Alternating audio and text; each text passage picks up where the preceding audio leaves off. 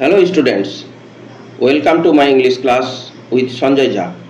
এখন আমি তোমাদের ক্লাস 11-এ সেমিস্টার 2-তে যে প্রোজ আছে এলিয়াস জিমি ভ্যালেন্টাইন, সেই এলিয়াস জিমি ভ্যালেন্টাইনের যে সিগনিফিক্যান্ট অফ দ্য টাইটেল, যে কতটা সিগনিফিক্যান্স আছে এই টাইটেলটা, কতটা তাৎপর্যপূর্ণ আছে সেটা তোমাদেরকে জানাবো, এবং সাথে সাথে আরেকটা ডেসক্রিপটিভ টাইপের কোশ্চেন অ্যান্ড অ্যান্সার, আর ওর সাথে লাইন বাই লাইন টানা মানে সব বলে দিব।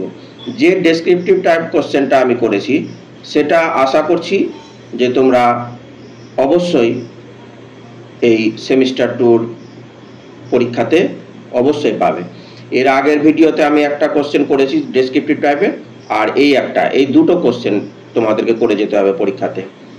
দেখো, প্রথমে সিগনিফিক্যান্স অফ দ্য টাইটেল, অর্থাৎ এলিয়াস জিমি ভ্যালেন্টাইন যে নামকরণটা করেছে ও হেনরি, যার অরিজিনাল নাম ছিল উইলিয়াম সিডনি পোর্টার, আমেরিকান একজন স্টোরি রাইটার। তো সেই সম্পর্কে তোমাদেরকে আমি জানাচ্ছি, যে প্রথমে দেখাচ্ছি যে টাইটেলটা কতটা গুরুত্বপূর্ণ এলিয়াস জিমি ভ্যালেন্টাইন, সেই সম্পর্কে তোমাদেরকে বলছি। দেখো, যে কোনো সাহিত্যিক সৃষ্টির একটা সাধারণ বাধ্যবাধকতা থাকে, হয় সেটি সাহিত্যের মূল বিষয়টিকে তুলে ধরবে, অথবা সেটি মুখ্য চরিত্রের উপর আলোকপাত করবে। হয় পুরো বিষয়টার উপরে টাইটেলটা দিবে, আর নয়তো যে কেন্দ্রীয় চরিত্র আছে, মুখ্য যে চরিত্র আছে তার উপরে সাধারণত দেয়। সেদিক থেকে বিচার করলে এলিয়াস জিমি ভ্যালেন্টাইন এই নামকরণ অবশ্যই কোনো ব্যতিক্রম নয়, কারণ জিমি ভ্যালেন্টাইন যে আছে সেই মুখ্য চরিত্র আছে এই গল্পটাতে। যখন জিমি ভ্যালেন্টাইন অ্যানাবেল অ্যাডামসকে ভালোবেসে ফেলে, তখন থেকে ভ্যালেন্টাইন আশ্চর্যজনকভাবে একজন ভালো মানুষে পরিণত হয়। কিন্তু তার এই পাল্টে যাওয়ার ঘটনায় একটা ব্যতিক্রম ঘটে, যখন সে এলমোর ব্যাংকের সিন্দুক ভাঙতে বাধ্য হয়। কিন্তু বেন প্রাইস এটা লক্ষ্য করেন। আসলে বেন প্রাইস ভালো করেই উপলব্ধি করে যে এই মানুষটি একদম পাল্টে গেছে। তাই এই গল্পের শেষে আমরা গল্পের শিরোনামকে অদ্ভুতভাবে তাৎপর্যপূর্ণ হয়ে উঠতে দেখি, কারণ পরিণতির কথা জানা সত্ত্বেও জিমি তার যন্ত্রপাতিগুলো ব্যবহার করে ছোট্ট মেয়েটি অগাথা যে ভল্টের মধ্যে ঢুকে গেছিল তার জীবন বাঁচাতে সে দ্বিধাগ্রস্ত হয়নি বা ইতস্তত করেনি। তাই বেন প্রাইস জিমিকে অ্যানাবেলের সঙ্গে বিয়ে করে নতুন জীবন শুরু করবার সুযোগ দেয়। এই অর্থে গল্পটির শিরোনাম অবশ্যই তাৎপর্যপূর্ণ। এরপরে আমি তোমাদের ডেসক্রিপটিভ টাইপের কোশ্চেন করেছি, সেই কোশ্চেন, তার বাংলা মানে এবং তার যে অ্যান্সার আমি নিজের মতো করে লিখেছি, কোনো নোট বই থেকে নেওয়া না, একেবারে সহজ সরল ভাষাতে খুব সহজ সরল ইংরেজি ওয়ার্ড ইউজ করেছি। আর দেখবে তোমাদের এটা এই সেন্টেন্সগুলো মুখস্থ করতে অনেক ভালো লাগবে এবং অতি সহজেই তোমরা করে নিতে পারবে। এটা দেখো, এটা ডেসক্রিপটিভ টাইপের কোশ্চেন, 6 মার্কসের। How did Jimmy gather information about Annabel Adams? মানে হলো জিমি কিভাবে অ্যানাবেল অ্যাডামসের সম্পর্কে তথ্য সংগ্রহ করেছিল, মানে জিমি কিভাবে অ্যানাবেল অ্যাডামস সম্পর্কে জেনেছিল। এটা 3 মার্কসের। আরেকটা 3 মার্কসের আছে, যে what influence did Annabel have on Jimmy?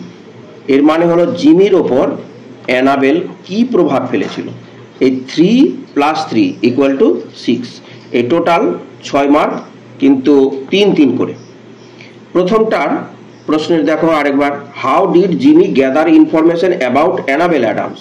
মানে কি, যে জিমি কিভাবে অ্যানাবেল অ্যাডামসের সম্পর্কে জেনেছিল বা তথ্য সংগ্রহ করেছিল। অ্যান্সার হবে Miss Annabel Adams, a lovely young lady, was the daughter of the owner of Elmore bank. Miss Annabel Adams একজন সুন্দরী তরুণী, সে ছিল এলমোর ব্যাংকের মালিকের, ওনার মানে হচ্ছে মালিক, তার মেয়ে। Jimmy gathered information about the lady, Jimmy এই মহিলা সম্পর্কে তথ্য সংগ্রহ করেছিল ফ্রম এ বয়, একটা ছেলের কাছ থেকে, হু ওয়াজ লোফিং অন দ্য স্টেপস, যে কি ওই সিঁড়িতে ওঠানামা করছিল বা ছিল, অফ দি এলমোর ব্যাংক, ওই এলমোর ব্যাংকে। He gave the boy sometimes, সে মানে জিমি কিছু মুদ্রা বা পয়সা দিচ্ছিল ওই ছেলেটাকে, অ্যান্ড আস্কড হিম, তাকে জিজ্ঞাসা করেছিল কোশ্চেন্স, কিছু প্রশ্ন, অ্যাবাউট দ্য লেডি, এই লেডিটা সম্পর্কে, মানে অ্যানাবেল অ্যাডামস সম্পর্কে। The boy gave Jimmy his necessary information, এই বালকটাই জিমিকে অ্যানাবেল অ্যাডামস সম্পর্কে প্রয়োজনীয় তথ্য সরবরাহ করেছিল। ইনফরমেশন মানে হচ্ছে তথ্য, আর নেসেসারি মানে হচ্ছে প্রয়োজনীয়। এই হলো 3 মার্কসের অ্যান্সার। আরেকটা 3 মার্কসের হচ্ছে, সেটা হচ্ছে যে জিমির উপরে অ্যানাবেল কি প্রভাব ফেলেছিল। According to Jimmy, Miss Annabel Adams was the finest girl in the world. According to কথাটার মধ্যে মতে, কার মতে? অ্যাকর্ডিং টু জিমি, মানে জিমির মতে মিস অ্যানাবেল অ্যাডামস, শ্রীমতী অ্যানাবেল অ্যাডামস ওয়াজ, ছিল, দি ফাইনেস্ট গার্ল, সবচাইতে সুন্দরী মেয়ে, ইন দি ওয়ার্ল্ড, সারা পৃথিবীতে। They fell in love with each other at first sight, sight বলেছে দৃষ্টি, প্রথম দেখাতেই তারা একে অপরের প্রণয়ে পড়ে। জিমি ফরগট, ফরগেটের পাস্ট টেন্স হলো ফরগট, হিমসেলফ, নিজে, জিমি ভুলেই গেছিল নিজে, হু হি ওয়াজ, যে সে কে ছিল।